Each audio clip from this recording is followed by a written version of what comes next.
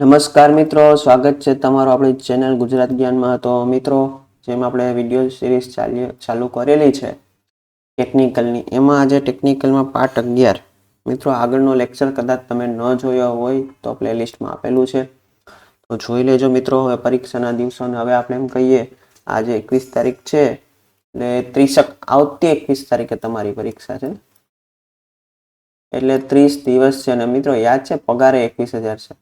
એ 21,000 નહીં રહે, પગાર વધી જશે. એટલે છેલ્લા દિવસો છે, તૈયારી થાય એટલે કરી લેવાની છે, લડી લેવાનું છે.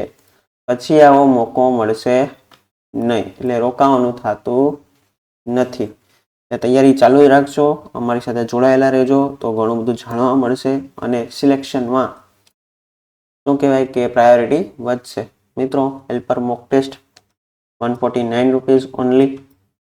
મિત્રો 2000 પ્રશ્ન છે, યાદ રાખજો. 2000 પ્રશ્ન કરશો એટલે એટલું વિચારો, કદાચ એમાંથી અથવા એના નજીકના પ્રશ્નોમાંથી 40% તો ગુણ આવી જાય. ગયા વખતે મિત્રો 40% ગુણ ઘણા બધા નથી આવ્યા. આ વખતે એવું થાય નહીં. સરળ, મધ્યમ, મુશ્કેલ સ્તર આયોજન કરેલું છે. વિષયવાય ભારાંક અને ટેકનિકલ નોન ટેકનિકલ બંને. ટૂંકમાં જેમ પરીક્ષામાં મેં તમને કીધું હતું ને કે પરીક્ષામાં આપણું ફીલ લાવવા માટે આ મોક ટેસ્ટ તમારા માટે ગોઠવેલી છે. 2 કલાકનો સમય છે, નેગેટિવ માર્કિંગ છે, એમાં રેન્ક પણ તમને મળશે. એટલે મિત્રો થોડું 149 બહુ મોટી કિંમત નથી, એટલે જે લોકો અમારી સાથે જોડાયેલા નથી પણ તમે એકવાર મોક ટેસ્ટ પરચેસ કરજો. હવે આની પીડીએફ પણ તમને મળશે જે તમે વાંચી શકશો પ્રશ્ન. એટલે 2000 પ્રશ્નો આપણે કમ્પલસરી યાદ રાખવાના છે. તો મિત્રો હજી લગી પરચેસ ન કરી રહ્યો તો પરચેસ કરી લેજો. હવે આપણે ચાલુ કરીએ આપણો લેક્ચર. એમાં પહેલો પ્રશ્ન છે, ફાઇલ કરેલી સપાટી ઉપર ઉદ્ભવતા સ્ક્રેચ ચિપ્સનું કારણ શું છે? મિત્રો જે ફાઇલિંગ આપણે કરીએ છીએ ફાઇલ વડે, એટલે એના ઉપર તમે નાના નાના ઓલા કણ નીકળે અને સ્ક્રેપ ચિપ્સ કહેવામાં આવે છે. એનું કારણ શું છે? એને પિનિંગ કહેવાય, ગ્લેઝિંગ કહેવાય, ફાઇલ બાઇટ કહેવાય કે રેપિંગ કહેવાય? તો મિત્રો એને શું કહેવામાં આવે છે? એને પિનિંગ કહેવામાં આવે. શું કહેવામાં આવે છે? કે પિનિંગ. તો ફાઇલ કરેલી સપાટી ઉપર ઉદ્ભવતા સ્ક્રેચ ચિપ્સનું મુખ્ય કારણ પિનિંગ છે. નેક્સ્ટ ક્વેશ્ચન જોઈએ. રિવેટિંગ ઓપરેશનમાં ડ્રિફ્ટનો હેતુ શું છે? આપણે જ્યારે રિવેટિંગ કરતા હોય એમાં ડ્રિફ્ટનો મુખ્ય હેતુ શું છે? રિવેટ પોઝિશનને સેટ કરવા, મેટલથી મેટલ જોઈન્ટ કરવા માટે, રિવેટ હેડને નુકસાન થતું અટકાવવા માટે કે હોલને એક લાઇનમાં કરવા માટે? તો રિવેટિંગ ઓપરેશનમાં ડ્રિફ્ટનો મુખ્ય હેતુ જેના હોલ છે બધા એને એક લાઇનમાં કરવા માટે થાય છે. મિત્રો તમારા વિડીયોને લાઇક, શેર અને સબસ્ક્રાઇબ કરો. લાઇક અને શેર કરવાનું છે, તો તમારા માટે આગળ આવા વિડીયો આવશે. અને બીજું EDWCSના પણ MCQ આપણે લાવશું. એટલે તમારે જોડાયેલા રહેવાનું છે અને એપ્લિકેશનને શેર કરવાની છે કે બધા મિત્રોને આવું સારું કન્ટેન્ટ મળતું રહે. નેક્સ્ટ ક્વેશ્ચન, કયો વિસ્તાર ધૂમ્રપાન માટે નિષેધ છે? ધૂમ્રપાન જ્યાં એલાઉડ નથી, જ્યાં ધૂમ્રપાન કરવું યોગ્ય પણ નથી, કારણ કે અહીંયા ડેન્જરસ વસ્તુ થઈ શકતી હોય. પાણી ભરવાનો વિસ્તાર, કોર્પોરેશન લિમિટ વિસ્તાર, ફ્યુલ ભરવાનો વિસ્તાર કે ગ્રામ માર્કેટ વિસ્તાર? તો મિત્રો તમને બધાને ખબર છે, પેટ્રોલ પંપ એક નિશાની તમે જોઈ છે કે આમ સિગરેટ જેવો સિમ્બોલ હોય, બરાબર, અહીંથી ધુવાણો નીકળતો હોય આવી રીતે આમ, અને અહીંથી રેડ માર્ક કરેલું હોય આમ કે અહીંયા કોઈએ સિગરેટ ધૂમ્રપાન કરવો નહીં, એટલે ફ્યુલ ભરવાનો વિસ્તાર. તો એ બધા અહીંયા કરતા હોય, પણ ઘણીવાર એના કારણે એક્સિડન્ટ સર્જાયેલા છે મિત્રો. એનાથી આગ લાગવાની શક્યતા મિત્રો, કારણ કે તમે જે પેટ્રોલ કે ડીઝલ ભરાવતા હોય, બરાબર, એટલે એની જે એની આજુબાજુનું વાતાવરણ છે એમાં પણ એના નાના નાના કણો હોય. આ કદાચ કણો એ આગ પકડી લે એટલે કદાચ બહુ ડેન્જરસ વસ્તુ થઈ શકતી હોય. એટલે આનો આપણે ફરજિયાત, પણ આ આપણે જનરલી ઇગ્નોર કરતા હોય. પણ મિત્રો આવી સાઇન ક્યારે ઇગ્નોર કરવી નહીં. મિત્રો આપણે તમને કોર્સમાં એક પીપીટી આખી બનાવીને આપેલી છે સાયન્સની, નિષેધાત્મક સાઇન, બરાબર, લીલા કલરના સિમ્બોલ કોને કહેવાય, લાલ કલરના સિમ્બોલ કોઈ, એ મિત્રો એમાંથી અવશ્ય એક પ્રશ્ન પૂછાશે, કારણ કે એ એક સેફ્ટીનો ભાગ છે. તો એકવાર તે જોઈ લેજો. પછી ઇલેક્ટ્રિકલ અને રેડિયો એસેમ્બલી વર્ક માટે કયા પ્રકારના સોલ્ડરિંગ બીટનો ઉપયોગ કરવામાં આવે છે? સોલ્ડરિંગ બીટ, સોલ્ડરિંગ કરવાનું છે મિત્રો, કેનું? તો ઇલેક્ટ્રિકલ ને રેડિયો એસેમ્બલી, એટલે ટૂંકમાં ઇલેક્ટ્રોનિક્સ ટાઈપ વસ્તુ. એમાં એડજસ્ટેબલ સોલ્ડરિંગ કોપર બીટ આવશે, પોઈન્ટ સોલ્ડરિંગ કોપર બીટ આવશે, હેચેડ સોલ્ડરિંગ કોપર બીટ આવશે, તો ઇલેક્ટ્રિકલ સોલ્ડરિંગ કોપર બીટ.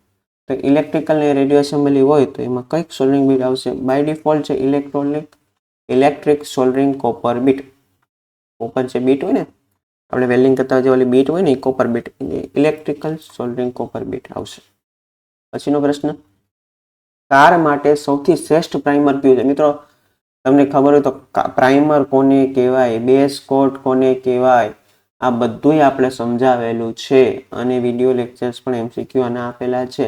શું કામ પ્રાઇમરની જરૂર પડે? કે આખું પેન સરખું અહીંયા રેલાઈ જાય, એક બાજુ જાડું થઈ જાય, એક બાજુ ન થઈ જાય. પછી બેઝ કોટ, સૌથી શ્રેષ્ઠ પ્રાઇમર, તો દરેક પ્રાઇમર શ્રેષ્ઠ છે. સીઈડી, રેડ ઓક્સાઇડ કે સેન્ડી? તો મિત્રો આમાં આવશે સીઈડી. હવે તમે સાહેબ સીઈડી શું? મિત્રો એના માટે આપણે જે તમને પીડીએફ આપેલી એમાં સીઈડી નું ફૂલ ફોર્મ આપેલું છે, જોજો શું છે. શ્રેષ્ઠ પ્રાઇમર તરીકે સીઈડી આપણે વાપરી છે. સીઈડી શું છે? કારણ કે આવી નાની નાની વસ્તુ પૂછાય છે. આપણે શું છે, બધા અઘરો કરવામાં જઈએ, પણ મેઇન પરીક્ષામાં બેઝિક જ પૂછાય છે, એટલું યાદ રાખવાનું છે. ટ્રાફિક નિશાનીમાં લાલ વર્તુળ શું સૂચવે છે? શું કરવું જોઈએ, શું ના કરવું જોઈએ, સૂચના માહિતી આપતી નિશાની છે કે ચેતવણી નિશાની છે? તો મિત્રો જે લાલ વર્તુળ કરેલું હોય ને, મેં હમણાં જ કીધું ને પેટ્રોલ પંપ વાળું, એટલે શું ન કરવું જોઈએ, આ વસ્તુ કરવાની નથી. પરંતુ આપણે તો એવી જ ટેવ હોય કે જે ન કરવાની પહેલા કરીએ, પણ એવું મિત્રો કરવું નહીં, કારણ કે એનાથી ઘણીવાર આપણે મુશ્કેલીમાં મુકાઈ જતા. એટલે લાલ વર્તુળ હોય એટલે શું ન કરે, એ વસ્તુ કરવાની. સ્પીડ લિમિટમાં પણ લાલ અક્ષરથી લખેલું હોય કે 50, તો 50થી ઉપર જવા દેવાની નહીં. પછી ફ્લાયવ્હીલ માપવા માટે કયા મેઝરિંગ સાધનનો ઉપયોગ થાય છે? ફ્લાયવ્હીલને માપવું હોય ને મિત્રો, તો મેઝરિંગના આપણે અલગથી વર્નિયર કેલિપરની જેટલા પણ છે એના અલગથી એમસીક્યુ પણ આપેલા છે, એકવાર અવશ્ય જોજો. Compression gauge, outside micrometer, dial indicator કે ફીલર ગેજ? તો ફ્લાયવ્હીલ માપવા માટે ડાયલ ઇન્ડિકેટરનો ઉપયોગ થાય છે. કોનો ઉપયોગ થાય છે? Dial indicator. પછીનો પ્રશ્ન મિત્રો, એન્જિનમાં મેળવવામાં આવતો પાવર આઉટપુટ એટલે કે બીએચપી અને એન્જિનમાં ઉત્પન્ન થતો પાવર એટલે આઈએચપીના ગુણોત્તરને શું કહે? મિત્રો બીએચપીનું પૂરું નામ તમને આવડવું જોઈએ. ઈ બુકમાં મિત્રો આ બહુ મસ્ત રીતે સમજાવેલું છે. બીએચપી એટલે બ્રેક હોર્સ પાવર, આઈએચપી એટલે ઇન્ડિકેટિંગ હોર્સ પાવર. આ બેના ગુણોત્તરને શું કહે છે? ફ્યુલની efficiency, volumetric efficiency, thermal efficiency અથવા ઉષ્મીય કાર્યક્ષમતા કે મિકેનિકલ એફિશિયન્સી, યાંત્રિક કાર્યક્ષમતા? તો બીએચપી અને આઈએચપીના જે ગુણોત્તર છે મિત્રો, એને શું કહેવામાં આવે છે? અને મિત્રો હજી આમાં એક આવે છે, શું છે ખબર? એફએચપી, ફ્રિક્શનલ હોર્સ. તો મિત્રો આ ગુણોત્તરને શું કહેવામાં આવે છે? બાય ડિફોલ્ટ છે એફિશિયન્સી તો કહેવામાં આવે જ છે, એફિશિયન્સી એટલે કાર્યક્ષમતા, પણ કઈ? તો કે ભાઈ મિકેનિકલી કાર્યક્ષમતા. હવે આ બેનો ડિફરન્સ શું છે મિત્રો? મિકેનિકલ કાર્યક્ષમતામાં એફએચપી, આ બેનો તફાવત જો તો એફએચપી છે ફ્રિક્શનલ હોર્સ પાવર, આટલો ફ્રિક્શન એટલે કે ઘર્ષણના કારણે લોસ થયેલો છે. એના પછીનો ક્વેશ્ચન જોઈએ મિત્રો, ડેશબોર્ડમાં રહેલ ટેકોમીટર શું દર્શાવે છે? ડેશબોર્ડમાં જે ટેકોમીટર આપવામાં આવેલો, ઓડોમીટર આપેલો, મિત્રો ડેશબોર્ડના બધા સિમ્બોલ્સ, એવો સિમ્બોલ આવે તો કઈ એરર હોઈ શકે, એની આપણે એક પીડીએફ મૂકેલી છે, એમાં બધા સિમ્બોલ કરેલા છે, એકવાર જોઈ લેજો, ધ્યાનમાં લઈ લેજો, એમાંથી કદાચ એક સિમ્બોલ હોઈ શકે પરીક્ષામાં. તો હવે અહીંયા આપણે ટેકોમીટરની વાત છે, તો કે વાહનના આરપીએમ, એન્જિનના આરપીએમ, ગિયરબોક્સની સ્પીડ, ઉપરમાંથી કોઈ પણ મિત્રો. પણ પહેલા તો અહીંયા આરપીએમ એટલે શું?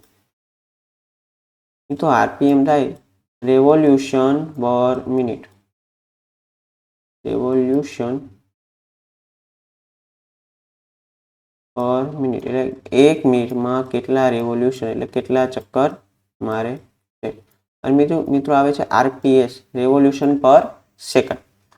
તો મિત્રો આ ટેકોમીટર છે ને, એટલે એમાં શું આવશે કે તે શું દર્શાવે? એન્જિનના આરપીએમ, એન્જિનની સ્પીડ, રેવોલ્યુશન પર મિનિટ. મિત્રો ઓડોમીટર હોય તો શું દર્શાવે? ઓડોમીટર કિલોમીટર દર્શાવે.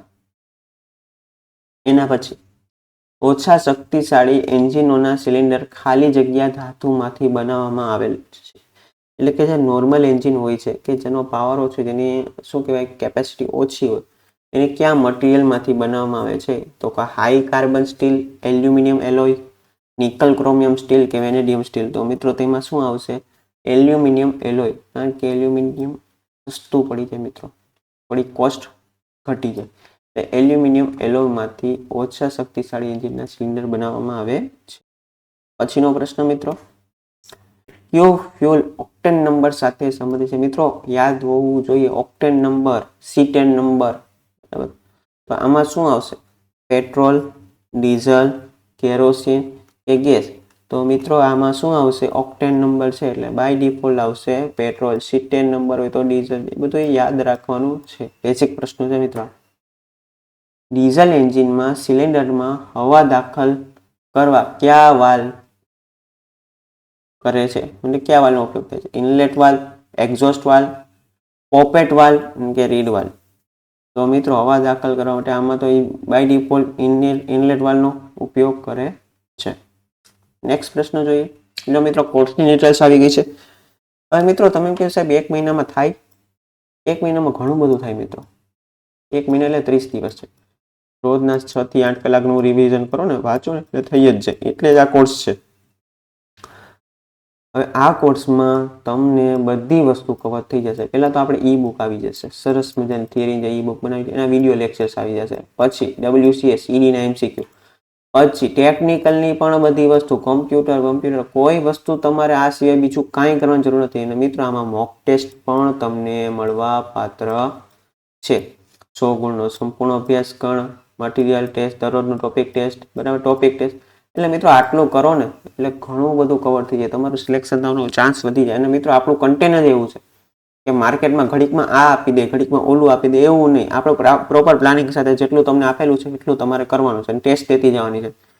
અને રિવિઝન કરશો ને, આનું વાંચતા રિવિઝન કરી નાખશો ને એટલે ઘણું છે, બહુ વ્યવસ્થિત પ્લાનિંગ કરેલું છે. અને મોક ટેસ્ટ પણ એમાં આવી જાય છે. અને નોન ટેકનિકલ કમ્પ્યુટર વિશે જે આપણે આપેલું છે ને મટીરિયલ મિત્રો, એટલું કરી લો એટલે કમ્પ્યુટરમાં 10માંથી મિનિમમ 5 માર્ક આવે, કદાચ 10માંથી 10 પણ આવી જાય.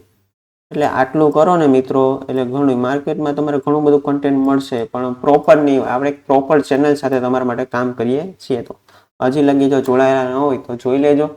ટેકનિકલમાં જો ટ્રેડ ટેસ્ટ તો છે જ, DWSના IP પ્રશ્નો છે, 60+ ટોપિકની ટેસ્ટ છે, 20 મોક ટેસ્ટ છે, e book with video lecture છે. આ ટેકનિકલ લો મિત્રો ખાલી 50 માર્કનો. ને સેમ આવું નોન ટેકનિકલ માટે 50 માર્કનું કન્ટેન્ટ તમને આપેલું છે. તો હજી લગી જોડાયેલા ન હોય તો જોડાઈ જજો. પછી એમ ન થાય કે એના કરતાં અમે કન્ટેન્ટ થોડો શું કહેવાય કે થોડી ગુજરાત જ્ઞાન એપ્લિકેશન જોડે તૈયારી કરી હોત તો અમારું સિલેક્શન થઈ શકત. મિત્રો કંડક્ટરમાં આપણો આખા ગુજરાતમાં પહેલો નંબર છે, યાદ રાખજો. ઓલ ઓવર ગુજરાતમાં આપણે પહેલા નંબર ઉપર હતા, સિલેક્શનમાં પણ અને રિઝલ્ટમાં પણ, કારણ કે પેલો આપણો જ નંબરનો વિદ્યાર્થી હતો. તો એના જેવું છે, આપણે કન્ટેન્ટ એવું આપ્યું જ છે અને એવું જ દેવાનું છે. અને હજી આપણે ટૂંકમાં કરંટના લાઈવ લેક્ચર ટૂંક સમયમાં આવશે, જે 6 મહિનાના છે. એટલે થોડું આપણી જોડે જોડાયેલા રહ્યો, 40 માર્ક તો એમને આવી જશે. એમને આપણી ઈ બુક જે થિયરી બુક છે, જે બુક પતી ગઈ, લોકોના એટલે મેસેજ ટૂંકમાં એવું આપણે કન્ટેન્ટ દઈએ છીએ. એના પછીનો ક્વેશ્ચન જોઈએ. ટેપ રેન્ચનું નામ જણાવો. આપેલ જે ટેપ રેન્ચ છે એનું નામ શું છે? બોક્સ ટાઈપ ટેપ રેન્ચ છે, T handle type tap wrench છે, સોલિડ ટાઈપ ટેપ રેન્ચ છે કે એડજસ્ટેબલ ટેપ રેન્ચ? તો મિત્રો આ જે છે ને એ સોલિડ ટાઈપ છે. કઈ છે? Solid type tap wrench. આ જે ટેપ રેન્ચ કહેવાય એને સોલિડ ટાઈપ. મિત્રો આવા બેઝિક આકૃતિના પ્રશ્નો પૂછાઈ શકે છે, એટલે તૈયાર કરવાના રહેશે. નેક્સ્ટ પ્રશ્ન જોઈએ. આપેલા ટ્રાન્સફોર્મરનું નામ જણાવો. ટ્રાન્સફોર્મર મિત્રો ઇલેક્ટ્રિકલનો એક અગત્યનો ટોપિક છે ટ્રાન્સફોર્મર. એમાંથી પ્રશ્નો પૂછવાની 100% શક્યતા હોય છે. બેઝિક પ્રશ્નો હંમેશા આપણે તૈયાર કરવાના. તો આપેલું જે ટ્રાન્સફોર્મર છે એ કયું છે? આ એર કોર ટ્રાન્સફોર્મર છે, આયન કોર છે, રિંગ કોર છે કે ફેરાઇટ કોર છે? તો મિત્રો આ જે ટ્રાન્સફોર્મર છે ને એર કોર છે, કારણ કે અહીંયા કોઈ તમને સ્પેસિફિક મટીરિયલ વચ્ચે દેખાતું નથી કે જેનો ઉપયોગ કરેલો હોય એની કોર બનાવવા માટે. એટલે આ જે ટ્રાન્સફોર્મર એ કયું ટ્રાન્સફોર્મર છે? Air core transformer. મિત્રો યાદ રાખજો. ટ્રાન્સફોર્મર શું બદલી શકે? તો ટ્રાન્સફોર્મર વોલ્ટેજ બદલી શકે અને કરંટ બદલી શકે. શું ન બદલી શકે? કે પાવર ન બદલી શકે અને ફ્રીક્વન્સી ન બદલી શકે. વોલ્ટેજ વધે તો કરંટ ઘટે, કરંટ વધે તો વોલ્ટેજ ઘટે. આ બેના પ્રમાણમાં ટ્રાન્સફોર્મર વોલ્ટેજ ને કરંટનું રેટિંગ, પરંતુ પાવર અને ફ્રીક્વન્સી બદલી શકે નહીં. બીજું, ટ્રાન્સફોર્મર શેના ઉપર કામ કરે? તો માત્ર એસી ઉપર. જો ટ્રાન્સફોર્મરને ડીસી દેવામાં આવે તો શું થશે? ટ્રાન્સફોર્મર બળી જશે. આ બેઝિક વસ્તુ યાદ રાખવાની છે. આ પછીનો પ્રશ્ન, આપેલા ઇલેક્ટ્રિકલ મેઝરિંગ ઇન્સ્ટ્રુમેન્ટનું નામ જણાવો. મિત્રો, ગયા વખતે પેપર છે ને, ઇલેક્ટ્રિકલના જે પ્રશ્નો પૂછે ને બહુ સિમ્પલ પૂછાય છે. ને સિમ્પલ આપણે બધા મૂકેલા છે એટલા તૈયાર કરો. ઇલેક્ટ્રિકલના એટલે ગણી લો કે 5 થી 6 માર્ક તો મિનિમમ આવી જ જવા જોઈએ તમને. મિત્રો, આ મીટર શું છે? એ મીટર છે, મલ્ટીમીટર છે, વોલ્ટ મીટર છે કે વોટ મીટર? આ બધાને ખબર જ હશે કે બધા પાસે કેવું મીટર જનરલી હોય તો મલ્ટીમીટર. એટલે મલ્ટીમીટર એટલે ઘણા બધા પ્રશ્નો, ઘણી બધી વસ્તુ માપી શકો. મિત્રો, હવે એ મીટર શું માપે? તો એ મીટર કરંટ માપે. વોલ્ટ મીટર શું માપે? તો મિત્રો વોલ્ટેજ માપે. વોટ મીટર શું માટે? તો પાવર માપે, એનર્જી માટે. W, બરાબર, એટલે પાવર. આનો એકમ એમ્પિયર એ, આનો એકમ વોલ્ટ વી, આનો એકમ W વોટ. મિત્રો, આવું બેઝિક તૈયાર કરી લેવાનું છે. ઇલેક્ટ્રિકલના તો ક્વેશ્ચન આ મોઢે જ થવા જોઈએ, તરત ને તરત જોતા જ જવાબ. કારણ કે બાકી બધા કરતા સૌથી ઈઝી આ જ છે. પછીનો પ્રશ્ન, સેમી કંડક્ટર મટીરિયલ, અર્ધવાહક મટીરિયલ કયું છે? મિત્રો, ઇલેક્ટ્રિકલનો પ્રશ્ન છે કે 3 મટીરિયલ આવે, એક વાહક, એના પછી અવાહક અને અર્ધવાહક. વાહક એટલે મટીરિયલ મિત્રો કયું? કે જેમાંથી ઇલેક્ટ્રિક સપ્લાય પસાર થઈ શકતો હોય આરામથી, એને વાહક મટીરિયલ કહે. તો શું આવશે? Copper, aluminium. મિત્રો, સૌથી સારી વાહક ધાતુ એટલે ચાંદી આવશે, સિલ્વર. યાદ રાખજો. અવાહક મટીરિયલ જેમાંથી ઇલેક્ટ્રિસિટી પસાર ન થાય, તો આપણે સૌથી પહેલા લાકડું, રબર, બરાબર, પોર્સેલિન, જે આવી બધી વસ્તુ છે એ આવશે. પરંતુ આ બેની વચ્ચે છે સેમી કંડક્ટર, અર્ધવાહક. મિત્રો, આપણું જેટલું ઇલેક્ટ્રોનિક્સ છે ને એ આના કારણે ડેવલપમેન્ટ થયું છે. જેટલું આપણે રિમોટ ઓપરેશન ને જેટલું આપણે ઇલેક્ટ્રોનિક્સ ઉપર ગયા ને બધું. તો મિત્રો, આના 2 મટીરિયલ છે, ખાસ યાદ રાખવું, એક જર્મેનિયમ અને સિલિકોન. જેનાથી બધું ઇલેક્ટ્રોનિક્સ જનરેટ થયું છે. એટલે મિત્રો, આ મટીરિયલની ખૂબી એવી છે કે જનરલી અવાહક હોય, પરંતુ એને અમુક વોલ્ટેજ મળી જાય એટલે એ વાહક બની જાય. એટલે આપણે રિમોટ બેઝ કહી શકીએ. અર્ધવાહક મટીરિયલ તરીકે શું યાદ રાખશું? Germanium, silicon. વાહક તરીકે ચાંદી, કોપર છે, એલ્યુમિનિયમ છે, જેમાંથી ઇલેક્ટ્રિસિટી પસાર ન થાય ને અવાહક. સૌથી સુવાહક ધાતુ કઈ છે? તો ચાંદી, સિલ્વર. યાદ રાખજો, પૂછાઈ શકે છે. એના પછી, ઓટોમોબાઈલ સિસ્ટમમાં ઉપયોગ કરવામાં આવેલ આપેલ ઉપકરણનું નામ શું છે? મિત્રો, આ એક ઉપકરણ આપેલું છે, એ શું છે? સ્વિચ છે, વાલ્વ છે, ઇવાપોરેટર છે, ambient temperature sensor, thermostatic valve, expansion valve કે ઇવેપોરેટર? તો મિત્રો, આજે શું છે? એમ્બિયન્ટ ટેમ્પરેચર સેન્સર છે. ટેમ્પરેચરનું સેન્સરિંગ ડિવાઇસ છે, જે ટેમ્પરેચર સેન્સર દર્શાવે છે. એના પછીનો પ્રશ્ન, એર કન્ડિશનિંગ સિસ્ટમમાં મેગ્નેટિક ક્લચનું કાર્ય શું હોય છે? એર કન્ડિશનિંગ જે ગાડીમાં પ્રોવાઈડ કરેલું હોય એર કન્ડિશનિંગ સિસ્ટમ, એમાં મેગ્નેટિક ક્લચ તો ગરમ રેફ્રિજને ઠંડુ કરવા માટે, ડ્રાઈવને કોમ્પ્રેસર સાથે જોડવા, છૂટા કરવા માટે, સિસ્ટમમાં રહેલ ભેજને શોષવા માટે, ઇવાપોરેટર રેફ્રિજરેટરના પ્રવાહને નિયંત્રિત કરવા માટે. તો એર કન્ડિશનિંગ સિસ્ટમમાં મેગ્નેટિક ક્લચનું મુખ્ય કાર્ય એ શું હોય? કે ડ્રાઈવને કોમ્પ્રેસર સાથે જોડવા અને છૂટા કરવામાં. શું છે? કે જે ડ્રાઈવ હોય ને કોમ્પ્રેસર સાથે જોડવા અને છૂટા કરવાનું કામ મેગ્નેટિક ક્લચ દ્વારા થાય છે. એના પછીનો પ્રશ્ન, એસિડની ટાંકી બનાવવા માટે કઈ મેટલ શીટનો ઉપયોગ થાય છે? મિત્રો, ટાંકી બનાવવી કોની? એસિડની. ખૂબ અગત્યનું કહેવાય. એમાં કઈ આવશે? Lead sheet, tin plate, copper sheet કે સ્ટેનલેસ સ્ટીલ? બાકી તો ઘણા મટીરિયલમાં ઓગળી જશે તરત. એટલે આમાં કેવું મટીરિયલ આવશે? લીડ શીટનો ઉપયોગ એસિડની ટાંકી બનાવવા માટે થાય છે. મિત્રો, મટીરિયલના 2-3 પ્રશ્નો હોય છે કે ભાઈ કે ફાઇલ ક્યાં મટીરિયલની બનાવવામાં આવે, એટલે એ આપણે બધા લીધેલા છે. એ બુકમાં બધું સમજાવેલું છે. એના પછીનો પ્રશ્ન, એર કન્ડિશનિંગ સિસ્ટમનો કયો ભાગ સિસ્ટમમાં ભેજને શોષે છે? ભેજને શોષવાનું કામ. ઘણીવાર તમને કેવું કે એસી ચાલુ કર્યું ને એટલે તમને ભેજ જેવું લાગે, એટલે ચીકણું ફેસ ઉપર ચીકણું થઈ જાય, આપણે કહીએ કે ભેજ જેવું લાગે છે. એને શોષવા માટે કયું સાધન આમાં મૂકવામાં આવેલું છે. Expansion valve, condenser, receiver, evaporator. તો મિત્રો એમાં આવશે રિસીવર કે જે એસીના ભેજને શોષવાનું કામ કરશે. મિત્રો કોર્સની ડિટેલ્સ આવી ગઈ છે. તમે કહેશો સાહેબ આ તમે શું કામ કર્યું? કારણ કે મિત્રો મારે તો બધા વિદ્યાર્થી મારા માટે સરખા છે અને આપણે જે માર્કેટમાં જે કન્ટેન્ટ છે એના કરતાં બહુ ક્રીમ કન્ટેન્ટ તમને કોરું માખણ આપ્યું છે. તો હું એવું ઈચ્છું છું આ કોરું માખણ બધા વિદ્યાર્થીને મળે અને જેટલા પણ છે એ સિલેક્શન થાય. તો થોડું મિત્રો તૈયારી તમારે વધારવાની છે અને આ કોર્સ એકવાર મિત્રો જોઈ લેજો. તમે ખાલી એકવાર જોજો. ડેમો કોપી બધાની આપેલી છે. જો તમને યોગ્ય લાગે તો જ પરચેસ કરજો. પરંતુ આ કન્ટેન્ટ જ આ વસ્તુ જ એવી બનાવેલી છે કે તમને મજા આવી જશે તૈયારી કરવાની. સો હજી 21 તારીખ છે. આવતી 21 તારીખ પરીક્ષા છે. 30 દિવસ છે. એટલે એકવાર અવશ્ય જોઈ લેજો. ટોપિક વાઇઝ ટ્રેડનું મટીરિયલ, ટેકનિકલ ઈ બુક, તમામ મોક ટેસ્ટ એ અલગથી છે મિત્રો.